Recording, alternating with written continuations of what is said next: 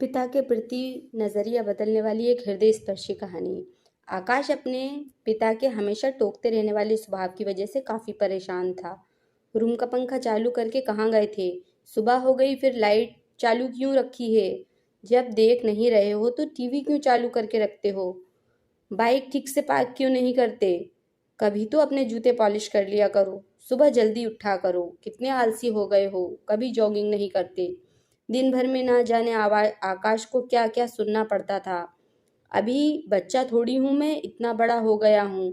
2 दिन बाद मेरी नौकरी के लिए इंटरव्यू होना है और पापा का बर्ताव किसी छोटे बच्चे जैसा है मेरे साथ। एक बार मुझे नौकरी लगने तो दो, छोड़कर चला जाऊंगा पापा को। शहर में ही रहूंगा, फिर पता चलेगा उन्हें। अभी कमाता नहीं हूं ना, इसलिए फालतू की चीजें सुनाते रहते हैं। पापा से नाराज आकाश के दिमाग में कुछ ऐसे विचार ही चल रहे थे। आकाश उस जगह पहुंचा जहां इंटरव्यू होना था। जिस बिल्डिंग में इंटरव्यू था उसके गेट पर कोई गेटकीपर नहीं था। आकाश ने देखा कि गेट एक साइड से टूटा हुआ है, लेकिन कुछ स्क्रू फिट करने से ही वह ठीक हो सकता है। आकाश ने रुककर स्क्रूज को टाइट कर दिया और गेट को सही करने के बाद बिल्डिंग में आ गया। बिल्डिंग के दूसरे फ्लोर पर एक ऑफिस था जहां पर इंटरव्यू के लिए व्यवस्था की गई थी।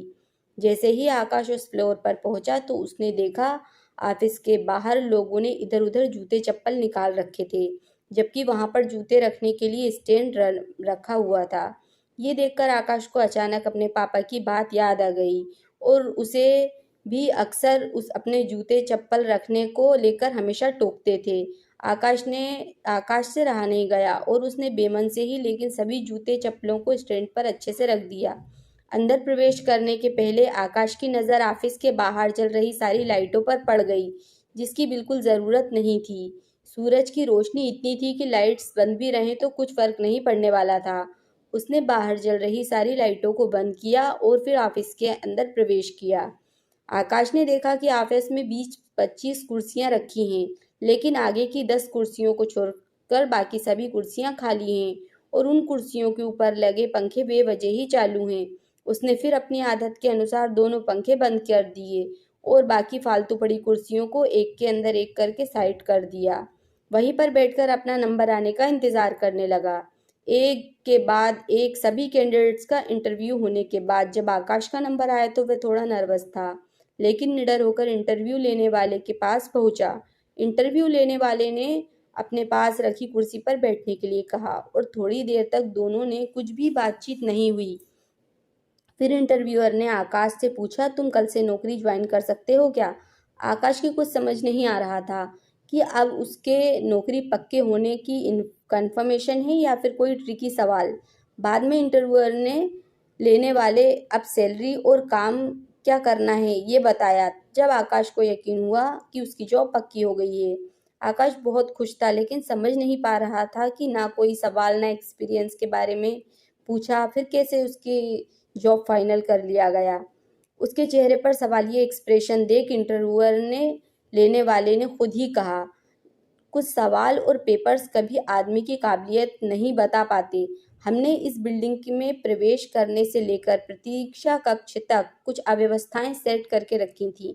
वही आप सभी के लिए परीक्षा थी। हमने सीसीटीवी पर देखा कि आने वाले सभी कैंडिडेट्स में आप ही एक अकेले थे जिन्होंने गेट के स्क्रू ठीक करने से लेकर बेवजह चल रहे बल्ब पंखे बंद किए। ऐसा कर आपने अपना चीज़ों को यूटिलाइज करना और बचत तथा रिजेक्शन कम करने जैसे गुण दिखाए। बस हमें इतने गुण काफ़ी थे आपको नौकरी पर रखने के लिए। पूरी बात समझ में आने पर आकाश ने फिर से अपने पापा याद आए और याद आई उनकी कही हर बात, लेकिन इस बार उसके मन में कड़वाहट नहीं थी, क्योंकि उसे आज समझ में आ रहा था कि पापा उसके लिए उसी मूर्तिकार का किरदार निभाया था जो अपनी मूर्ति को सुंदर और कीमती बनाने के लिए उस पर कितनी बार छेनी और हथौड़ी चलाता है।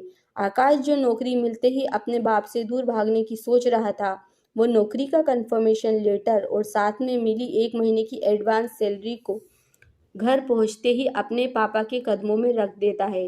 उनसे माफ़ी मांगते हुए कहता है कि पापा मुझे माफ़ कर दीजिए, मैं आपको समझ नहीं पाया। अपने बेटे के लिए आंखों में खुशी और गर्व के आंसुओं के साथ पापा आकाश को गले से लगा लेते हैं और उसके सिर पर प्यार से हाथ फेरते हुए उसे आशीर्वाद देते हैं। दोस्तों, जब भी आपके पेरेंट्स आपको कुछ कहें तो उसके पीछे का कारण जानने की कोशिश करना।